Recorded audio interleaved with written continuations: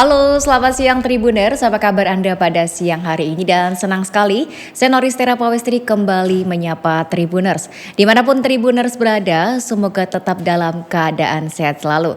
Tribuners, siang yang berbahagia hari ini kita bergabung dalam acara Tribun Jogja Podcast bersama dengan DPRD Kabupaten Kulon Progo, Dewan untuk Semua Kulon Progo Sejahtera. Tentunya pada siang hari ini kita akan membahas mengenai tema yang menarik, yaitu hadirnya Bandara Hia membawa konsekuensi meningkatnya entropi sosial di Kulon Progo.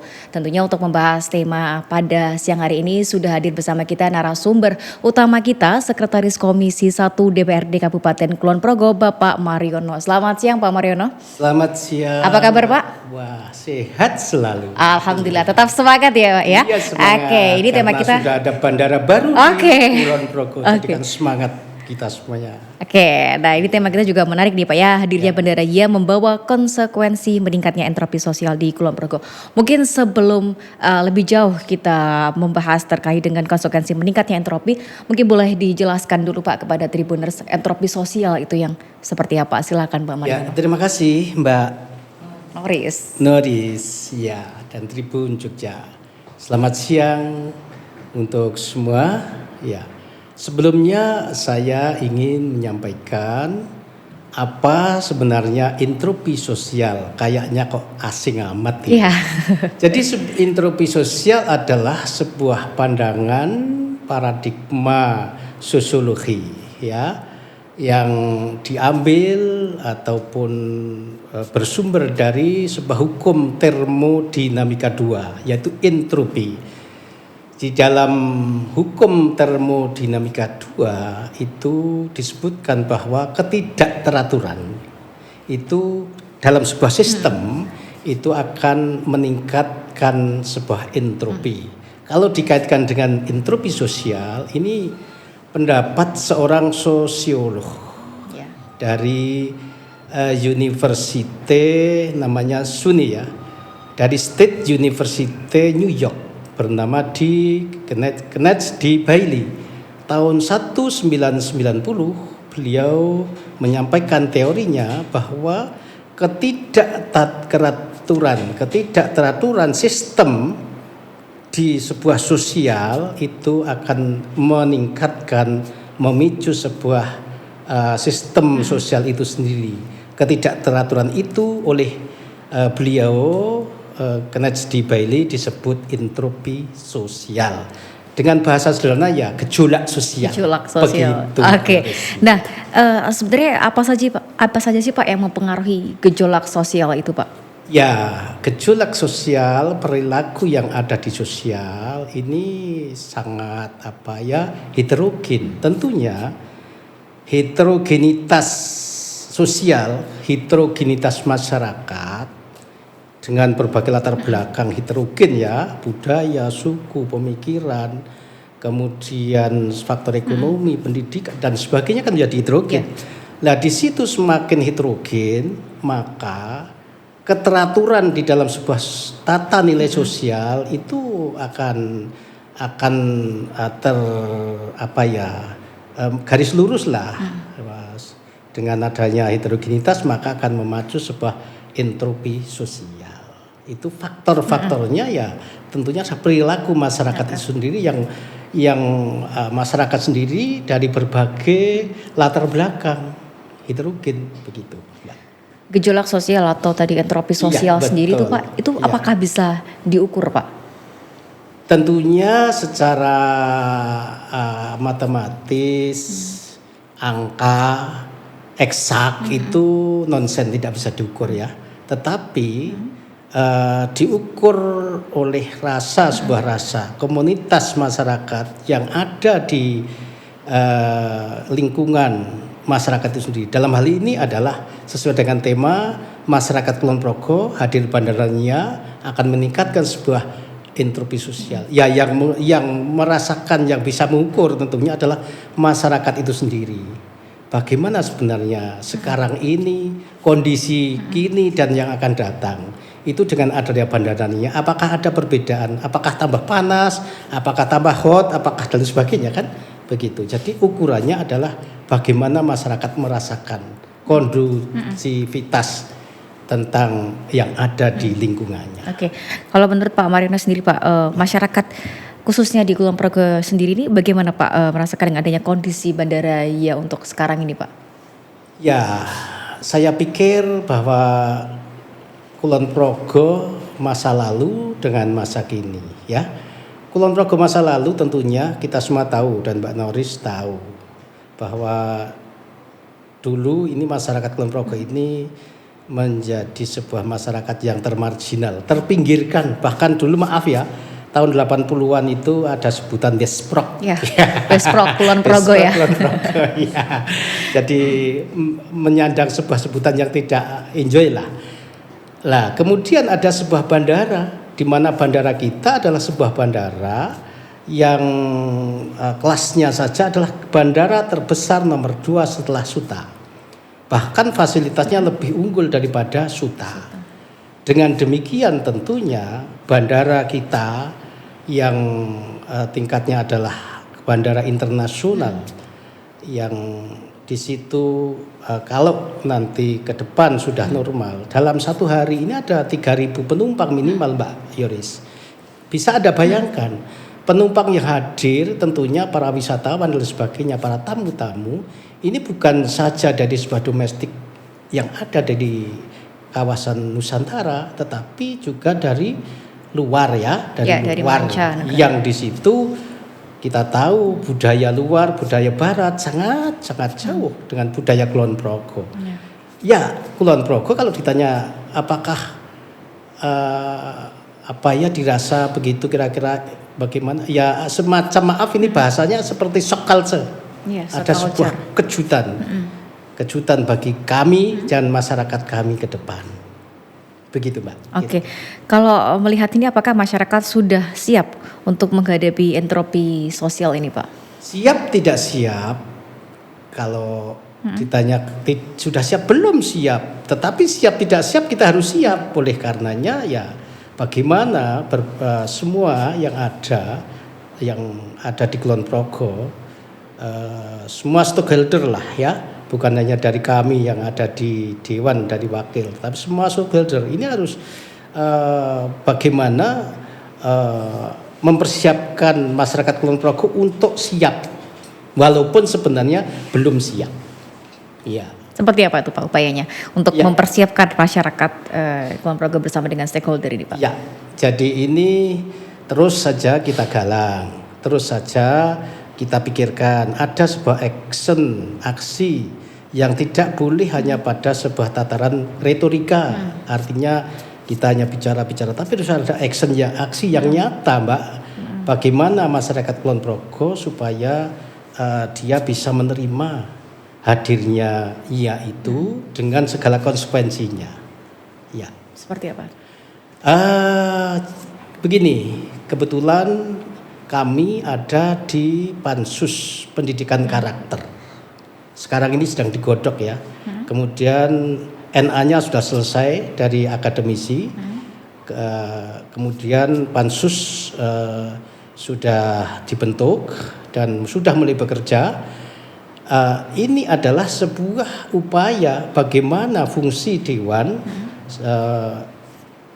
tupoksinya adalah legislasi, kita menyiapkan sebuah payung hukum ya Mbak ya, payung hukum, regulasi agar nanti masyarakat Kulon Progo ini ada sebuah regulasi yang mengatur, minimalisir bagaimana supaya perilaku-perilaku yang ada dengan bandingnya handara itu diperkuat dengan karakter jati diri kita.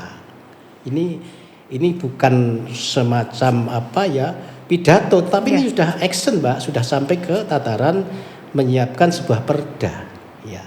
Artinya saat ini perda atau payung hukum regulasi tersebut masih dalam tahap penggodokan. Penggodokan, ya. Minta restunya saja nanti semua terakomodir, kemudian setelah disosialisasi ada upaya-upaya dari semua pihak ya, bukan hanya dari kami legislatif, ya yudikatif, ya eksekutif, ya semua stakeholder masyarakat, tokoh masyarakat, ulama dan sebagainya bisa bisa bersama-sama bersinergi untuk menyiapkan karakter masyarakat Kulon Progo menyongsong hadirnya Bandarania itu, Mbak. Oke.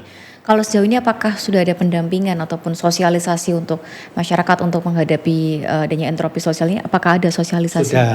Sudah di tingkat pendidikan baik itu pendidikan formal maupun non formal di pondok-pondok pesantren ini melalui berbagai event, melalui berbagai pertemuan itu para kiai, para tokoh, para ulama ini juga sudah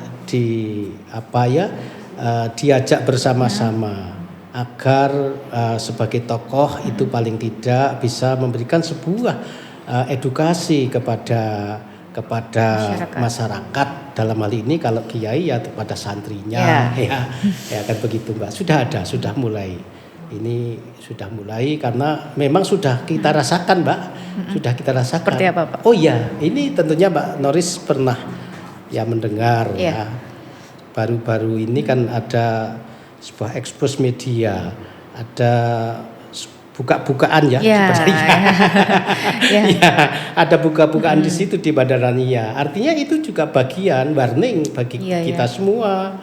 Oh, baru dibuka Bandaranya sudah ada buka-buka di situ. Sudah ada gejolak juga di situ ya, Pak ya.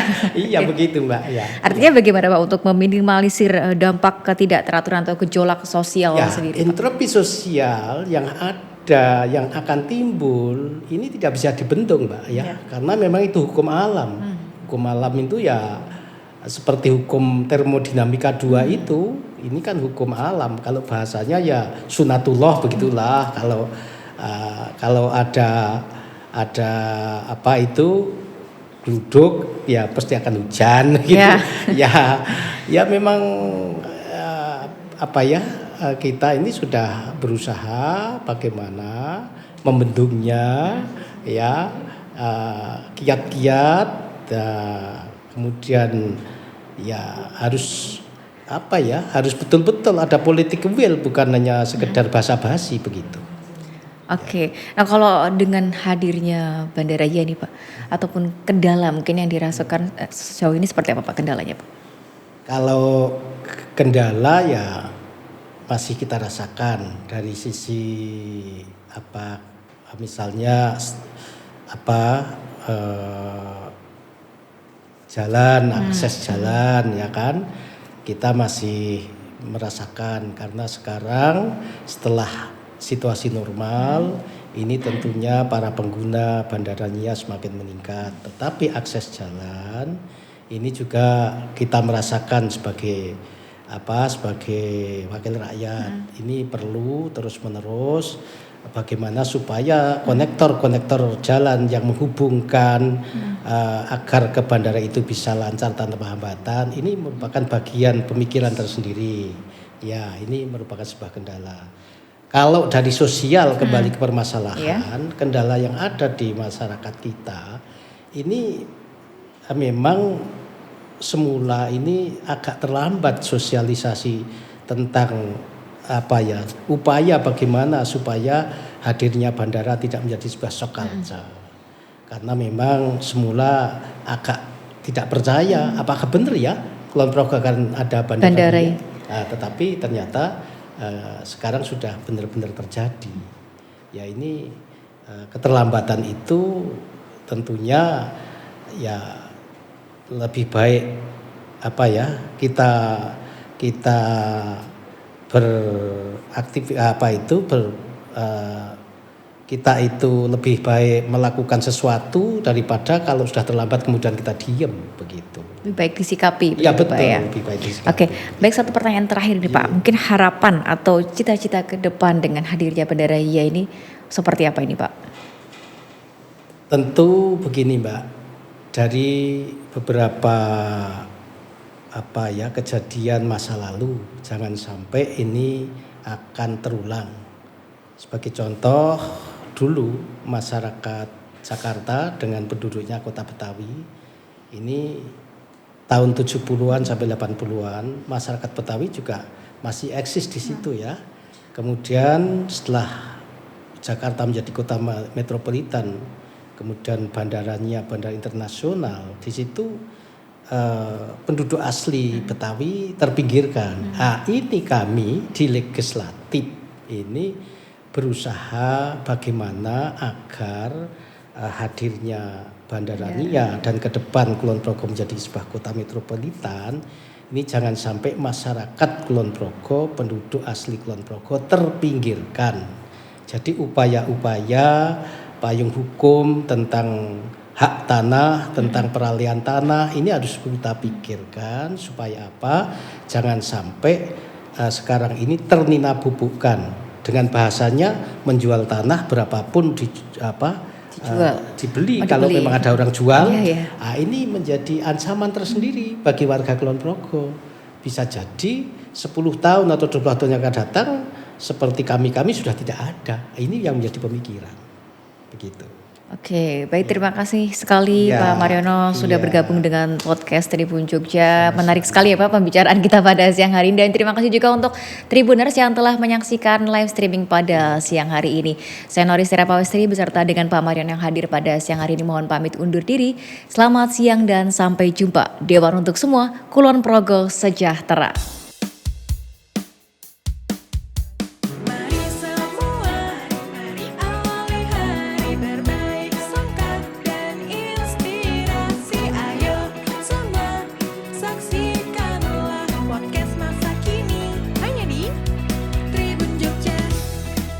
Hari ini dengan berbaik sangka, ini dia podcast Tribun Jogja. Teluh Papat.